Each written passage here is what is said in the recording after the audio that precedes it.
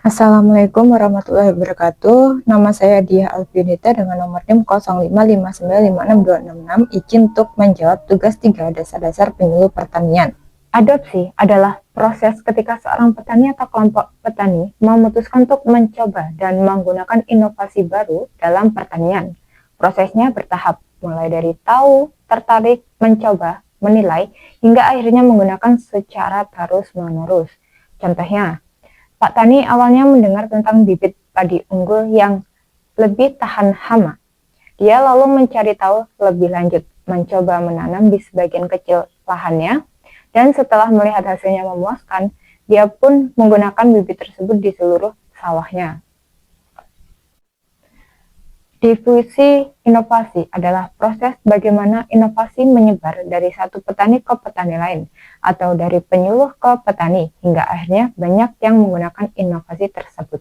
Difusi fokus pada bagaimana inovasi itu menular ke seluruh komunitas.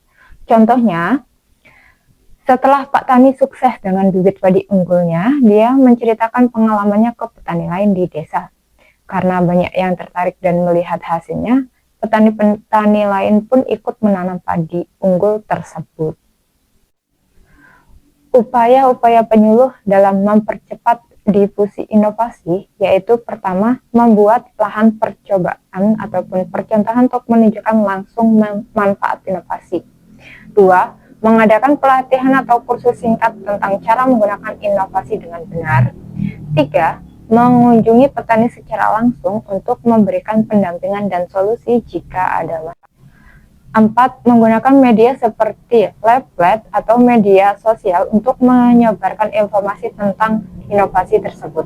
5. Bekerjasama dengan tokoh masyarakat atau petani untuk menjadi contoh dan mempengaruhi petani lainnya.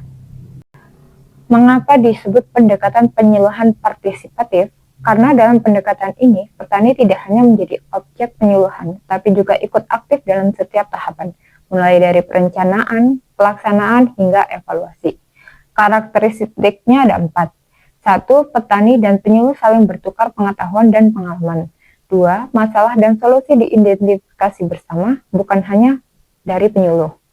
3. Petani belajar dari penyuluh dan penyuluh pun belajar dari petani. 4. Program penyuluhan disesuaikan dengan kebutuhan dan kondisi petani setempat.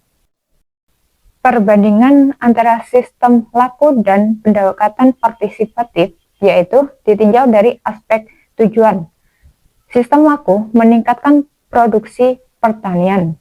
Untuk tujuan pendekatan partisipatif meningkatkan kesejahteraan petani secara holistik seperti produksi, sosial, ekonomi, dan lingkungan. Sasaran dari sistem laku itu petani, sasaran pendekatan partisipatif semua petani dengan fokus pada keterlibatan aktif. Organisasi sistem laku terstruktur hierarkis dan organisasi pendekatan partisipatif lebih fleksibel berdasarkan kelompok atau komunitas. Metode yang digunakan sistem laku penyampaian informasi satu arah.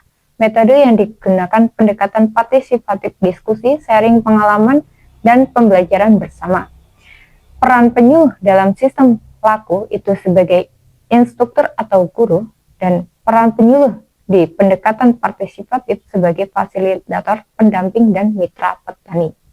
Sekian jawaban dari saya. Apabila ada kelebihan dan kekurangannya saya mohon maaf. Saya akhiri. Assalamualaikum warahmatullahi wabarakatuh.